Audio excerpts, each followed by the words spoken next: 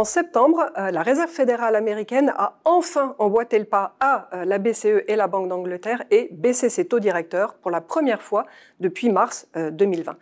Mais elle a marqué sa différence en optant pour une baisse significative de 50 points de base au lieu de seulement 25.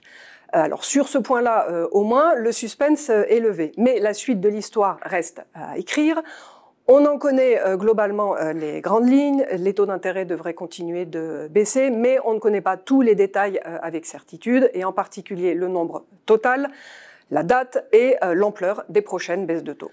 Comme l'explique Jérôme Powell pour la Fed, mais en fait cela vaut aussi pour la BCE et la BOE, ces détails dépendront des données disponibles, de l'évolution des perspectives et de la balance des risques.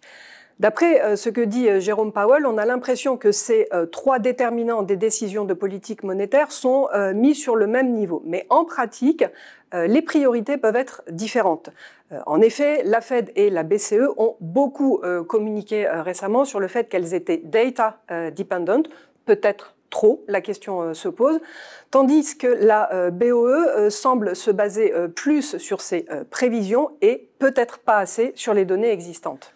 Pourtant, les longs délais de transmission de la politique monétaire justifient que les banques centrales soient forward-looking et donc qu'elles s'appuient sur leurs prévisions, qu'elles soient proactives dans la prévention plutôt que dans la réaction aux données qui, elles, sont plutôt backward-looking.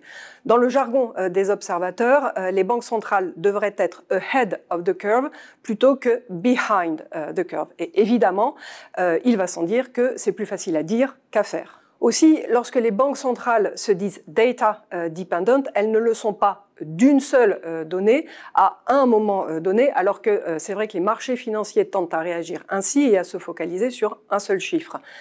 Les banques centrales regardent bien un ensemble de données et le tableau global que ces données dessinent de la situation actuelle, des perspectives économiques et de la balance des risques associés. Aujourd'hui, ce tableau global décrit une situation vraiment moins préoccupante du côté de l'inflation aux États-Unis et en Europe. Du côté de la croissance, les signaux sont plus mitigés. En effet, la croissance de la zone euro manque toujours d'élan et le marché du travail américain montre des signes francs de refroidissement.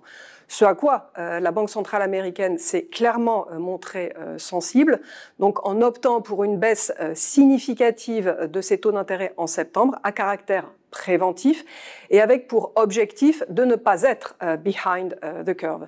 Mais en même temps, comme la partie contre l'inflation n'est pas non plus encore totalement gagnée et que la situation et les perspectives économiques restent pour l'heure globalement positives, tout cela nécessite, de notre point de vue, un pilotage, un réglage très fin de la politique monétaire et plaide pour des baisses de taux plutôt graduelles.